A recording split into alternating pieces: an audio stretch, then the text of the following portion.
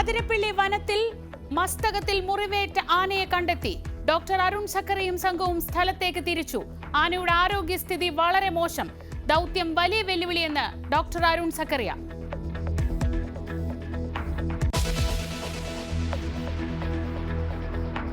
സംസ്ഥാനത്ത് ഒരു വിഭാഗം ജീവനക്കാർ പണിമുടക്കുന്നു.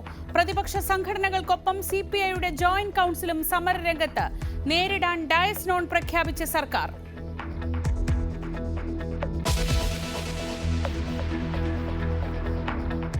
ബ്രൂവറി അനുമതിയിൽ നിയമസഭയിൽ പ്രതിപക്ഷം നിലപാട് കടുപ്പിക്കും. അഴിമതി ആരോപണം സ്പീക്കർക്ക് എഴുതി നൽകി രമേശ് ചെന്നിത്തല.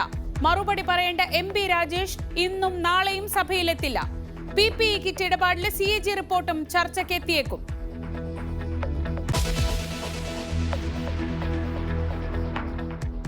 വയനാട്ടിൽ ആത്മഹത്യ ചെയ്ത DCC ട്രഷറർ NM വിജയന്റെ വീട്ടിലേക്ക് K സുധാകരൻ.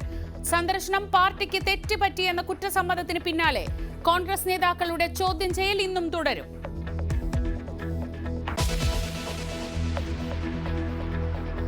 കൂത്താട്ടുകുളം തട്ടിക്കൊണ്ടുപോകലിൽ കൗൺസിലർ കലാരാജുവിന്റെ മൊഴിയെടുത്തേക്കും. ഇന്നലെ മൊഴിയെടുക്കാതിരുന്നത് ആരോഗ്യസ്ഥിതി പരിഗണിച്ച്.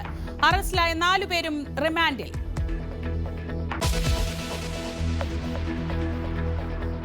തിരുവനന്തപുരം കഠിനംകുളത്ത് കൊല്ലപ്പെട്ട വീട്ടമ്മയുടെ സ്കൂട്ടർ കണ്ടെത്തി. സ്കൂട്ടർ ഉപേക്ഷിച്ചത് ചിറയൻകീഴ് റെയിൽവേ സ്റ്റേഷന് സമീപം. കൊലയാളിക്കായി തെരച്ചിൽ തുടരുന്നു. കൊലപാതകം നടത്തിയത് ഇൻസ്റ്റഗ്രാം വഴി പരിചയപ്പെട്ടയാൾ തന്നെയെന്ന നിഗമനം.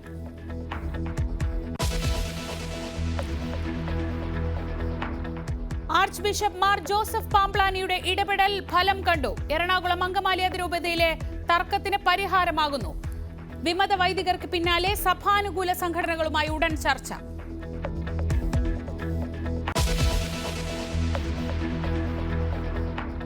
കർണാടകയിൽ പട്ടാപ്പകൽ ബാങ്ക് കൊള്ള തുടർക്കഥ.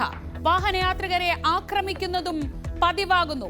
വൻ കവർച്ചാ സംഘങ്ങൾ തമ്പടിച്ചിരിക്കുന്നതായി ഇന്റലിജൻസ് റിപ്പോർട്ട്. ഉള്ളാളിൽ തെളിവെടുപ്പിനിടെ രക്ഷപ്പെടാൻ ശ്രമിച്ച പ്രതിയെ പോലീസ് വെടിവെച്ചത് ഇന്നലെ.